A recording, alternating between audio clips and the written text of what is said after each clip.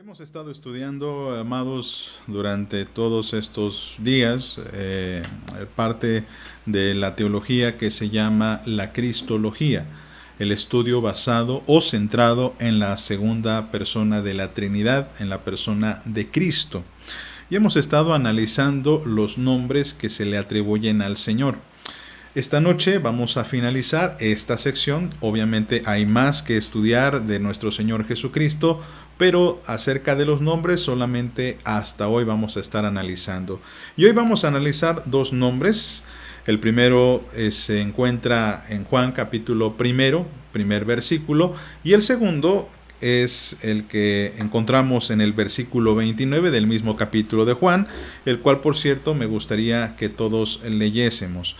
Juan 1, 29 al 34. La palabra del Señor dice: El siguiente día vio Juan a Jesús que venía a él, y dijo: He aquí el Cordero de Dios que quita el pecado del mundo.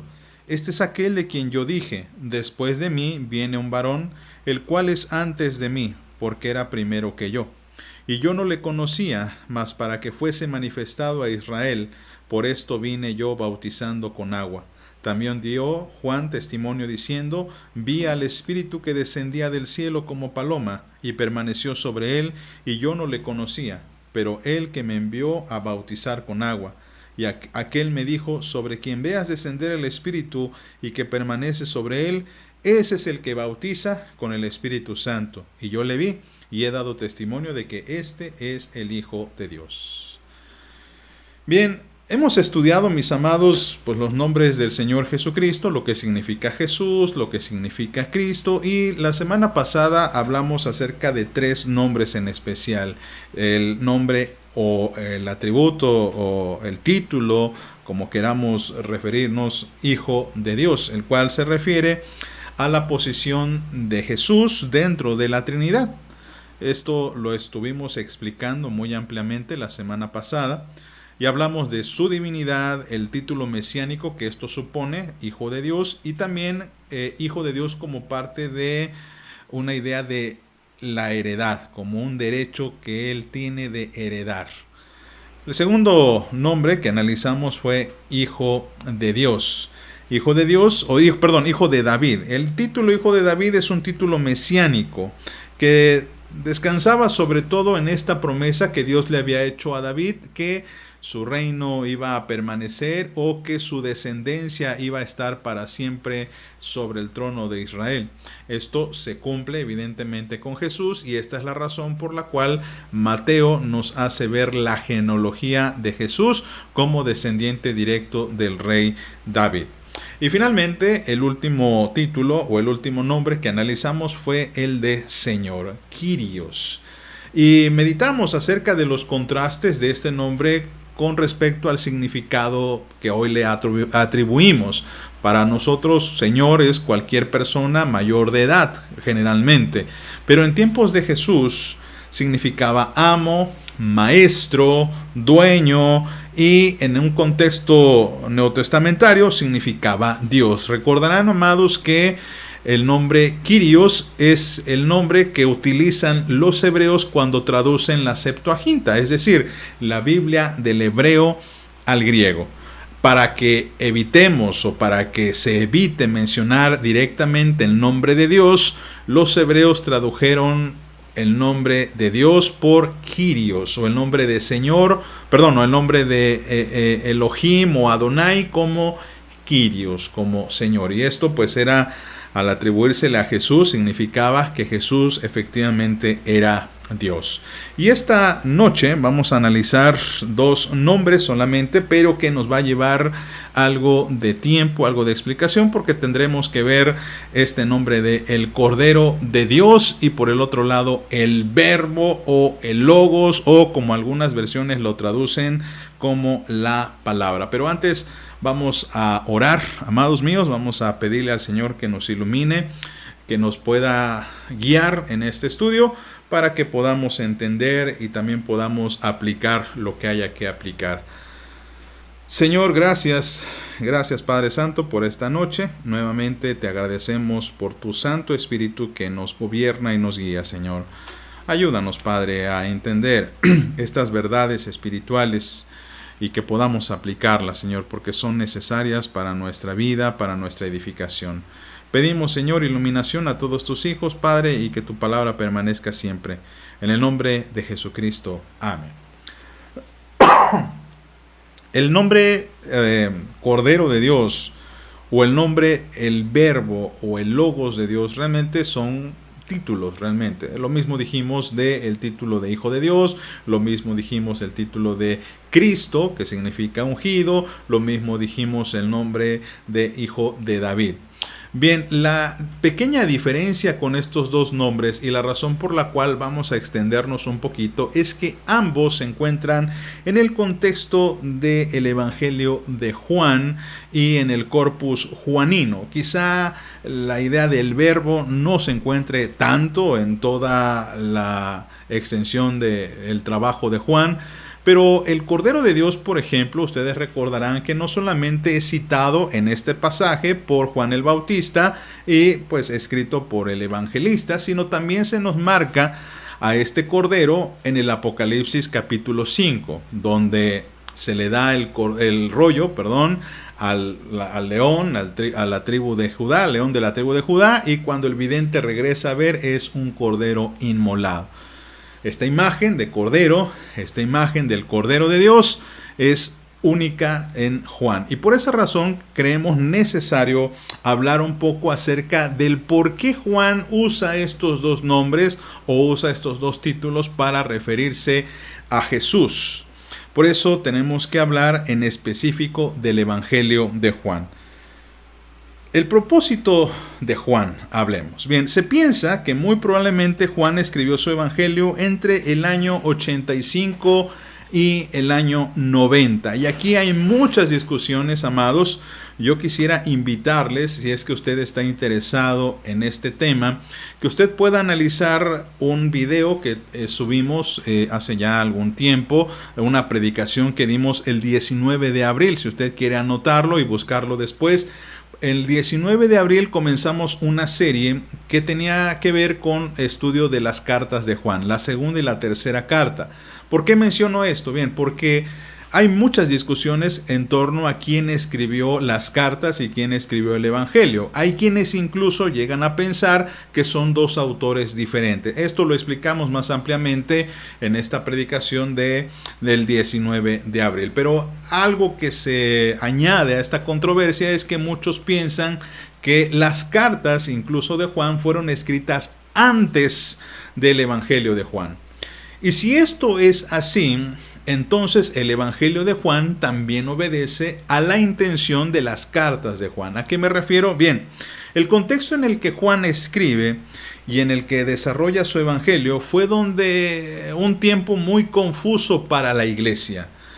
Si estamos hablando del año 85, año 90 después de Cristo, estamos hablando de un periodo en el que la mayoría o quizá todos los apóstoles han muerto.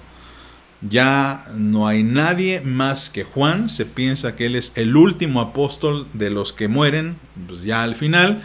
Y entonces hay una segunda o tercera generación de creyentes que pues ya no están conociendo el testimonio de Jesús de primera mano.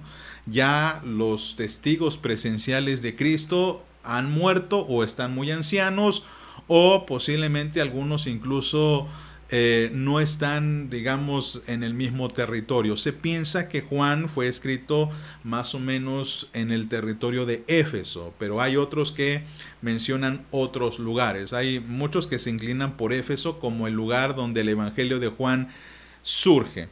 Y si usted recordará, aquellos que han visto las predicaciones dominicales, si usted recuerda aquella predicación del 19 de abril, algo que mencionamos durante pues prácticamente también todo mayo, es que en el tiempo en el que Juan escribe, o en el tiempo en el que Juan escribe sus cartas, o en el que se escriben estas cartas, hay una proliferación de maestros que están enseñando cosas distintas de las que enseñaron los apóstoles. Se están enseñando doctrinas erróneas acerca de Jesús. Y estas doctrinas, pues, entre muchas otras, mencionaban, por ejemplo, la idea de que Jesús no había nacido como hombre. Y todas estas ideas, además de muchas otras, lograban confundir a la iglesia. Una iglesia que, por cierto, se piensa que estaba compuesta entre gentiles y algunos judíos que se habían convertido a la fe. Parece ser que ya habían superado en esta fecha algunas tendencias judaizantes. Las tendencias judaizantes, mis amados, eran estas ideas que intentaban hacer volver a los cristianos a los ritos y ceremonias que celebraban los judíos. Por ejemplo, la circuncisión, los sacrificios o el resguardo del sabbat o del sábado. Gracias a la predicación del apóstol Pablo, entre muchos otros, bueno, pues esto logró de alguna manera superarse, pero estos falsos predicadores comenzaron a diseminar sus enseñanzas. Y vuelvo a referir esta predicación que yo les dije del 19 de abril, donde ustedes van a encontrar mayores referencias, pues eran predicadores itinerantes que estaban mostrando una nueva enseñanza. A estos itinerantes o a estos predicadores se les conocía como gnósticos. Eran los gnósticos. Y los gnósticos proceden de una idea desarrollada a partir de una palabra que es la palabra gnosis, que significa conocimiento. Los gnósticos eran herederos de algunos filósofos que creían, los epicúreos, que creían que este mundo material era malvado por naturaleza. Creían que lo que nosotros veíamos como mundo real estaba contaminado y que era necesario que nosotros pudiésemos acceder a un plano más trascendente en el que estaba separado el cuerpo del alma o el cuerpo del espíritu. Luego entonces la salvación procedía no de lo que los predicadores o de lo que los evangelistas o los apóstoles estaban predicando, sino de lo que ellos enseñaban como una doctrina revelada, un secreto divino. La salvación viene, según estos personajes, de una revelación de secretos divinos, es decir, no todos pueden acceder a ese conocimiento. Los gnósticos eran una especie como de club muy elitista, en el que no todos podían entrar. Pero al mismo tiempo era muy atractiva esta idea, porque enseñaban algo, pero no lo terminaban de mostrar. Es decir, llegaban a una iglesia y decían algo como, miren, yo tengo una nueva revelación, pero no estoy seguro si ustedes serán dignos de la revelación que voy a darles. Y con esto, hermanos, pues ustedes saben que la iglesia se confundía, porque pensaba, ¿acaso hay una nueva revelación? ¿Acaso hay algo nuevo que tenemos que aprender? Y esencialmente lo que ellos enseñaban, que ya mencioné, era que todo lo que venía del cuerpo era despreciable. El alma tenía que desprenderse de la materia. Esta sencilla idea que estoy mencionando en estos momentos, todo lo que procede o lo que proviene del cuerpo era despreciable y que el alma tenía que desprenderse de la materia, causaba algunas repercusiones bastante serias. ¿Por qué? Bien, si la materia está enemistada con el espíritu, entonces los gnósticos predicaban que era imposible que Jesús se hubiese encarnado. Volvemos a esta premisa. Todo lo material, todo lo carnal, todo lo que pueda tocarse es malo. Por tanto, es imposible que Dios, siendo puro, que Dios, siendo espíritu, pudiese encarnarse. De alguna manera, si Jesús vino a este mundo, ellos enseñaban, Él venía en una forma, más o menos en una apariencia. Permítanme usar una ilustración muy real a nuestro tiempo. Ellos creían algo así como que Jesús era un holograma. No lo decían así, por supuesto, la palabra holograma no existía en aquel tiempo, pero esta era una idea de lo que ellos tenían de Jesús. Jesús realmente no tuvo cuerpo. Y si no tuvo cuerpo, obvio, no tuvo sangre. Y si no tuvo cuerpo y si no tuvo sangre, entonces lo lógico es de que Jesús no murió. Si la materia está enemistada, con el espíritu, entonces Jesucristo no murió en la cruz. Jesucristo no derramó su sangre por nosotros, porque Jesucristo era un espíritu. Ahora, estas predicaciones son a las que Juan se enfrentó. Juan estaba muy preocupado porque obviamente todos sus compañeros apóstoles ya no estaban con él. De alguna manera, ahora él tenía que encargarse personalmente de combatir estas herejías. Porque la iglesia comenzaba a confundirse. La iglesia empezaba a preguntar, entonces, ¿hace falta algo más para la salvación? ¿Hace falta algo más para que seamos salvos?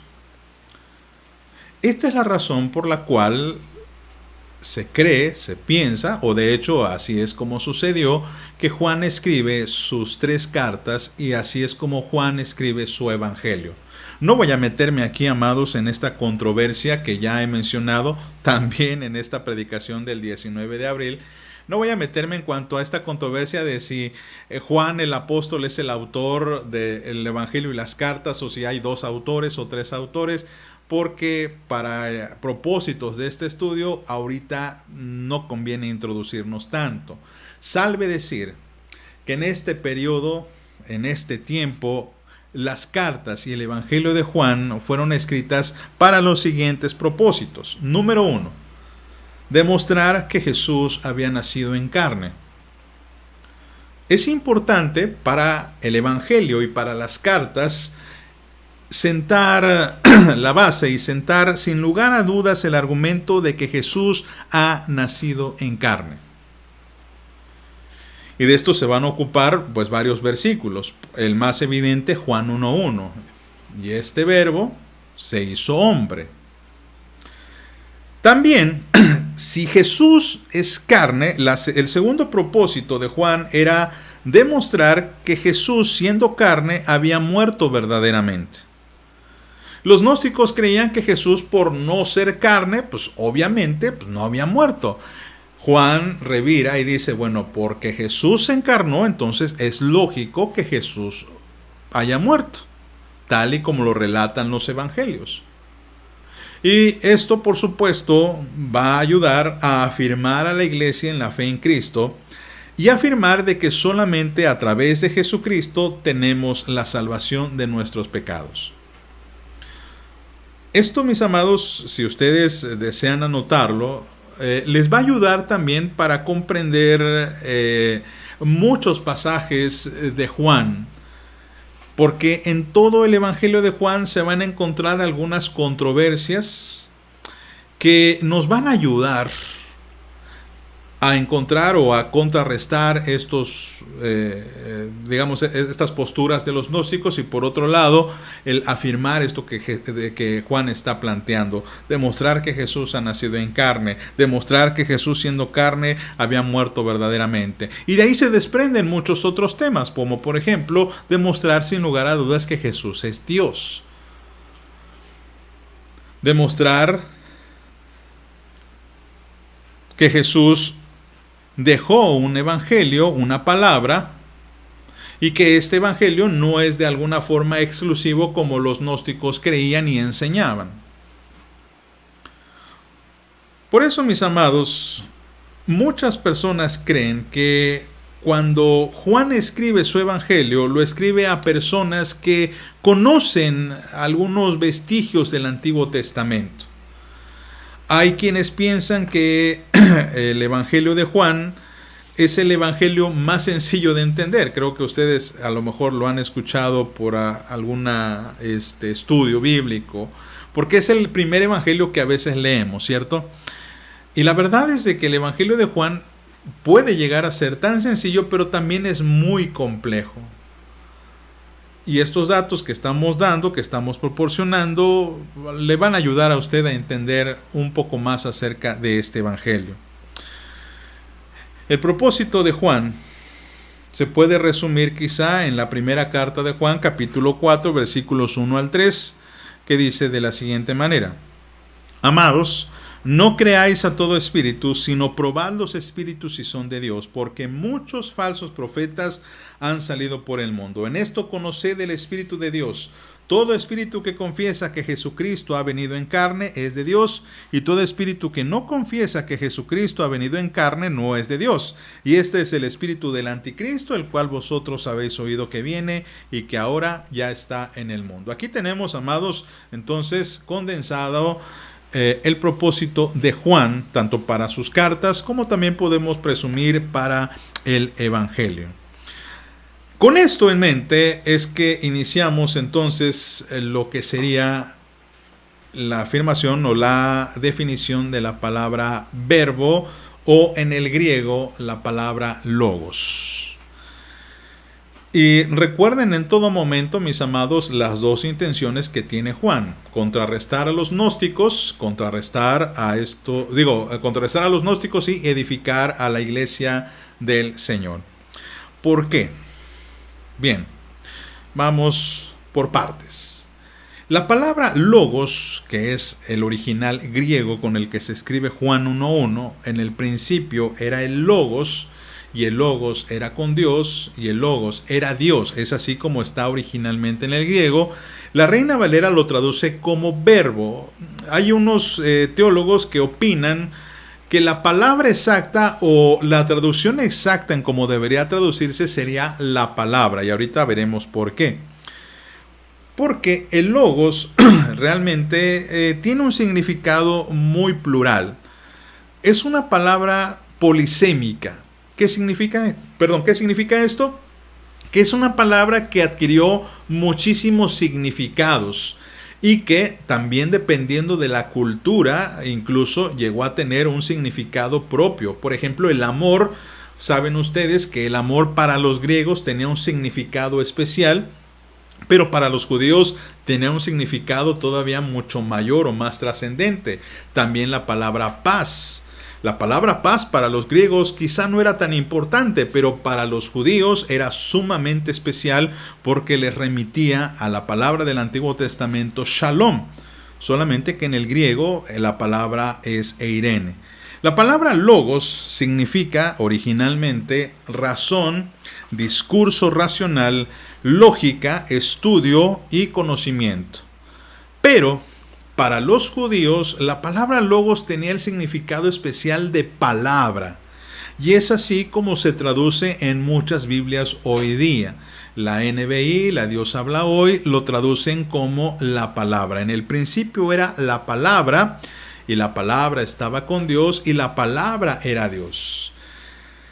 Y con esta simple expresión, Juan hace una jugada maestra.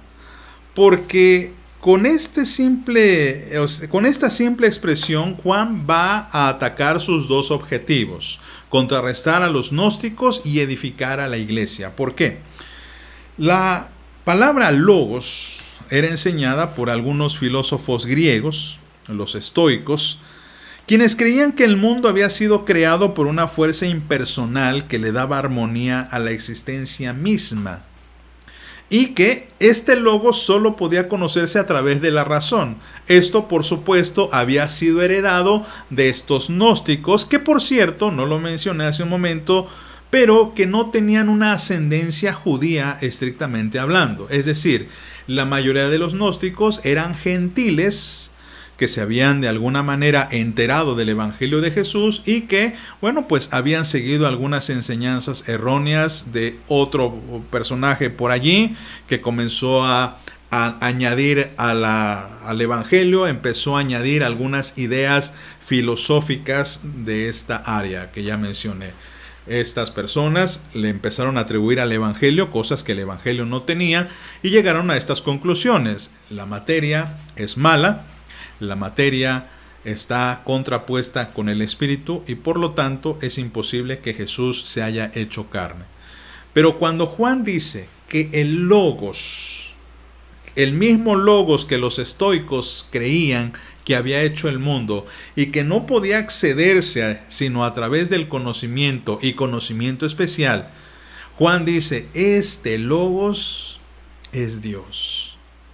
Y este logos este verbo, como lo traduce la Reina Valera, se hizo hombre, se encarnó. Este verbo se hizo hombre y habitó entre nosotros. En otros estudios hemos dicho que la palabra exacta que Juan usa es tiene o pone su tienda entre nosotros, el cual es una expresión de convivir, de coexistir con nosotros como humanidad. Jesús se hizo ser humano.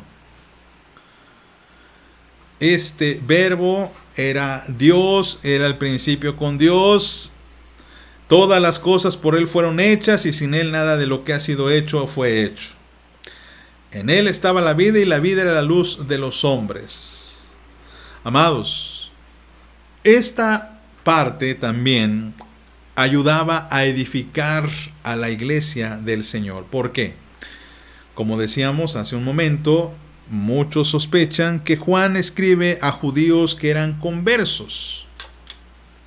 ¿Por qué decimos esto? En el Evangelio de Juan hay muchas referencias un poquito ocultas a enseñanzas del Antiguo Testamento. Hay quienes piensan que cuando los judíos se convirtieron al Señor en el tiempo de Juan, no habían dejado, por supuesto, de estudiar la Torá o el Antiguo Testamento y de hecho lo enseñaban a la iglesia gentil. ¿Y por qué decimos que el Evangelio de Juan se dirige a judíos conversos? Bien, porque hay algunos pasajes en los que tienen estas referencias. Por ejemplo, si usted lee Juan capítulo 8, versículo 58, se encontrará una referencia bastante interesante. Juan 8:58 dice de la siguiente manera. Dice el texto bíblico, lo estoy buscando, dice: Jesús le dijo, de cierto os digo, antes que Abraham fuese, yo soy.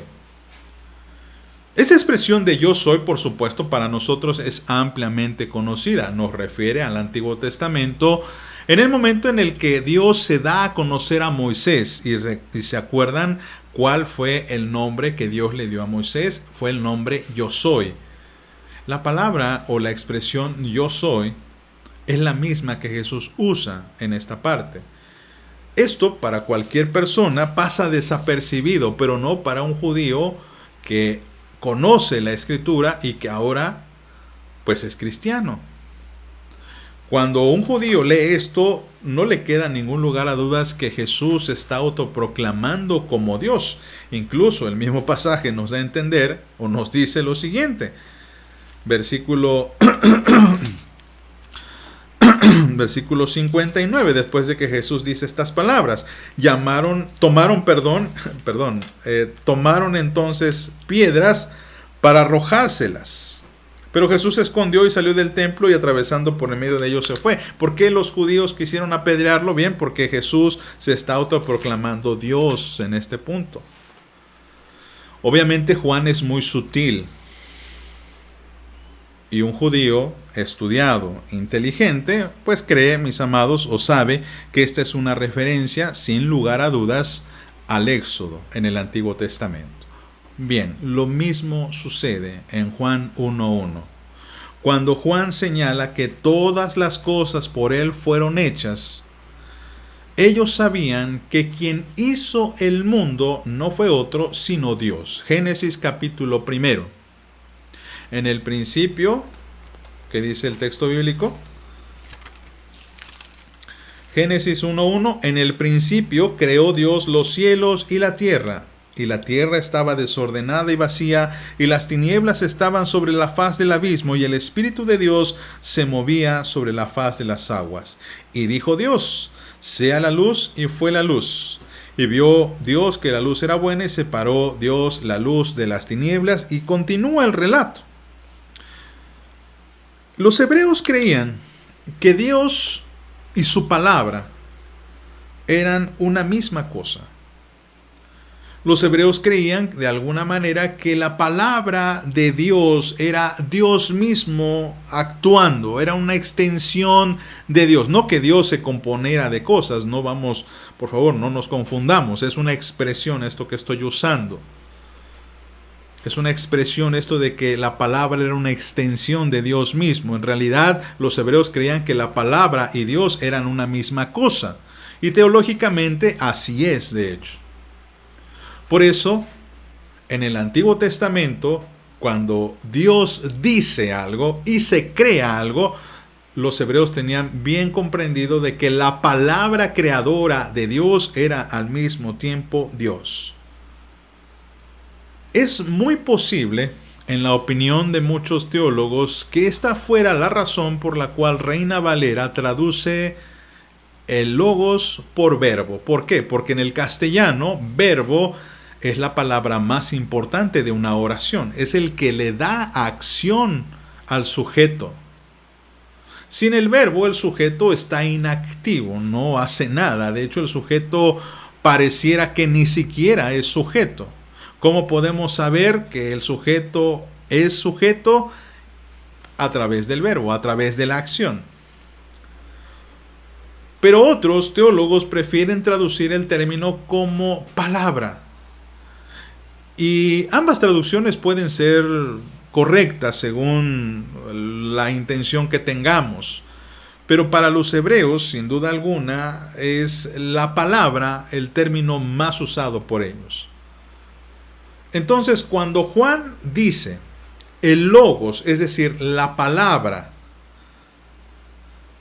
estaba con Dios y la palabra era Dios, nuevamente, no solamente está contrarrestando lo que están predicando los gnósticos, sino le está dando firmeza a la iglesia. Y le está diciendo lo que creemos, lo que confesamos, lo que predicamos acerca de que Jesús es Dios, es verdadero. Entonces, resumiendo, para los gnósticos, Juan les dice, el verdadero conocimiento que es Dios se encarnó. El logos que hizo el mundo no es otro más que Jesucristo. Y ese logos se accede a través de la fe. Y es lo que va a estar describiendo a lo largo del Evangelio. No a través de una revelación especial, sino solamente a través de la fe. Y a la iglesia lo que Juan está diciendo es que Dios creó al mundo a través de su palabra, por lo cual Jesús es el mismo Dios del Antiguo Testamento. Para refrendar esta idea, quizá fuera del corpus juanino, tenemos la mención de Hebreos capítulo 1, versos 2 y 3. En estos postreros días, nos ha hablado por el Hijo, a quien constituyó heredero de todo y por quien asimismo hizo el universo, el cual, siendo el resplandor de su gloria y la imagen misma de su sustancia, y quien sustenta todas las cosas con la palabra de su poder, habiendo efectuado la purificación de nuestros pecados por medio de sí mismo, se sentó a la diestra de la majestad de las alturas. Entonces, amados, pues, esta es la razón por la cual a Jesús se le atribuye el término logos, verbo de Dios, o la palabra de Dios, o la palabra encarnada de Dios. Ahora, vamos al segundo término, el Cordero de Dios que quita el pecado del mundo. El término del Cordero, nuevamente, era ampliamente conocido por los judíos convertidos, porque era el sacrificio más usual por el pecado. Aquí vamos al revés. Primero, antes mencionamos a los gnósticos y después a los judíos conversos. Ahora vamos al revés. Mencionemos por qué Juan escribe a los judíos conversos acerca de esta idea de que Jesús es como el Cordero. Y el Cordero, como dije, es una imagen muy recurrente, es un animalito muy recurrente para presentar sacrificios a Dios. Por ejemplo, el más importante de estas menciones se encuentra en Éxodo, en la indicación de Dios hacia cómo deben los hebreos celebrar la Pascua y qué animal es el que deben de sacrificar para celebrar esta Pascua. Bien, tenemos versículos 3 y 4 del libro de Éxodo, donde nos dice el texto: hablad a toda la congregación de Israel diciendo, en el 10 de este mes tómese cada uno un cordero según las familias de los padres, un cordero por familia. Mas si la familia fuere tan pequeña que no baste para comer el cordero, entonces él y su vecino inmediato a su casa tomarán uno según el número de las personas, conforme al comer de cada hombre. Haréis la cuenta sobre el cordero. Y no es la única mención. Más adelante, Éxodo 29, versículos 38 al 42, se nos da también la misma instrucción. Esto es lo que ofrecerás sobre el altar: 2 corderos, un año cada día continuamente. Ofrecerás uno de los corderos por la mañana y el otro cordero ofrecerás a la caída de la noche. Además, con cada cordero, 1/10 parte de un efa de flor de harina amasada con la 1/4 parte de un hin de aceite de olivas machacadas, y para libación, la 1/4 parte de un hin de vino. Y ofrecerás el otro cordero a la caída de la tarde, haciendo conforme a la ofrenda de la mañana y conforme a su libación en olor grato, ofrenda encendida a Jehová. Esto será el holocausto continuo por vuestras generaciones a la puerta del tabernáculo de reunión delante de Jehová, en el cual me reuniré con vosotros para hablaros allí. Ahora bien, es importante, amados, mencionar de pasada también, por supuesto, cuál era la imagen que los hebreos o los judíos tenían del Mesías. Y para ello tenemos que recordar Isaías capítulo 53 acerca de este siervo sufriente de Jehová. Leyendo más precisamente el versículo 7, Isaías 53, versículo 7, nos dice lo siguiente. No lo voy a poner, amados, pero lo leo, o me permito leerlo para ustedes. Dice el texto bíblico: angustiado él y afligido, no abrió su boca, como cordero fue llevado al matadero, y como oveja delante de sus trasquiladores, enmudeció y no abrió su boca. Entonces, amados, hay 4 menciones, o hay 4 referencias, o hay 4 connotaciones que Juan quiere establecer con esta mención que le atribuye a Jesús. Número 1, que Jesús tenía una función sacrificial, una función vicaria. Recuérdese, hermanos, que los sacrificios eran a favor del pecador, eran a favor del pueblo para expiar el pecado. Entonces, esto suponía, el mismo sacrificio suponía la muerte del cordero. Esto tenía una función salvadora. No podía un hebreo, no podía un judío justificarse a sí mismo, sino solo a través del sacrificio.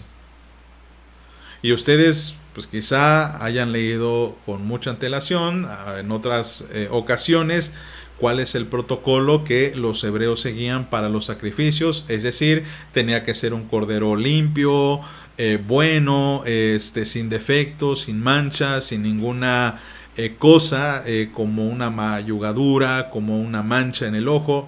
El cordero tenía que ser perfecto. Y hay, por supuesto, aquí una connotación de inocencia, porque el cordero moría por el hombre sin que el cordero tuviese culpa.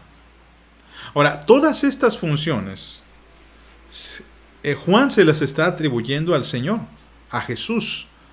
Lo que Juan dice es: he aquí el Cordero de Dios que quita el pecado del mundo, de una forma literal. Vemos esta función sacrificial, vicaria de Jesucristo en favor del hombre, para salvación del hombre. Y al mismo tiempo, Jesucristo muere por el hombre siendo totalmente inocente, porque creemos, y así lo dicen las Escrituras, que Él no cometió pecado. Y sin embargo, se hizo pecado por causa nuestra. Y aquí también tenemos que incluir en la mención que Juan hace de Jesucristo como Cordero de Dios una connotación de mansedumbre, de nobleza, de benignidad. Con esta simple mención, que Jesús es el Cordero de Dios, Juan va a atacar nuevamente la creencia gnóstica y por el otro lado va a edificar a los judíos conversos o a la iglesia del Señor. ¿Por qué? Porque a los gnósticos lo que Juan les va a decir es que hay la necesidad de la muerte literal de Cristo. Es ilógico, o sería inadmisible que a Jesús se le nombrase el Cordero de Dios que quita el pecado del mundo y que al mismo tiempo no tuviese que morir. ¿Por qué tiene que morir? Es entonces que se le atribuye este término del Cordero de Dios. Entonces a los gnósticos lo que les está diciendo es de que sí, si Jesús se encarnó, Jesús se hizo hombre, pero no solo se hizo hombre, sino que Jesús murió por nosotros para darnos salvación. Y ese sacrificio que es perfecto ya no necesita más añadidura. No se necesita una revelación especial. Y para los creyentes, esta imagen del Cordero, que era una imagen del Antiguo Testamento, también les enseñaba que solamente se necesitaba la sangre de Jesucristo para ser salvos. Algo que por cierto, pues también de pasada era algo muy enfático contra los gnósticos. ¿Ustedes creen que Jesús no tuvo carne, no tuvo hueso, no tuvo sangre? Sí los tuvo, y tan los tuvo que los derramó por nosotros. Esta es otra razón por la cual Juan recuerda aquel hecho de Tomás en donde él mete su dedo literalmente en la herida del Señor para demostrar que Tomás lo tocó, lo palpó. Y no que Juan lo haya inventado, él lo recuerda y lo muestra en su evangelio para que los gnósticos cierren la boca, dejen de estar predicando tonterías de que Jesús no tuvo cuerpo, de que Jesús no tuvo sangre, y decirle a los creyentes en Él, en Jesús, es que tenemos salvación. Y quiero terminar, hermanos, con esta otra referencia, esta vez de la primera carta de Juan, capítulo 1, versículos 5 al 7, en donde Juan concluye para este estudio de la siguiente manera. Este es el mensaje que hemos oído de Él. Y os anunciamos, Dios es luz y no hay tinieblas en Él. Si decimos que tenemos comunión con Él y andamos en tinieblas, mentimos y no practicamos la verdad. Pero si andamos en luz, como Él está en luz, tenemos comunión unos con otros y la sangre de Jesucristo, su Hijo, nos limpia de todo pecado. Hermanos, es así como Juan nos enseña, nos muestra que ambos títulos que están escritos en su evangelio sirven para exaltar a Jesús como el preexistente, ciertamente, como el creador del mundo, ciertamente, como el Salvador, como el vicario, como el sacrificio perfecto, como que Jesús realmente fue hombre, realmente tuvo carne, realmente tuvo sangre, realmente murió, y si murió, realmente resucitó. Gloria sea su nombre. Oremos.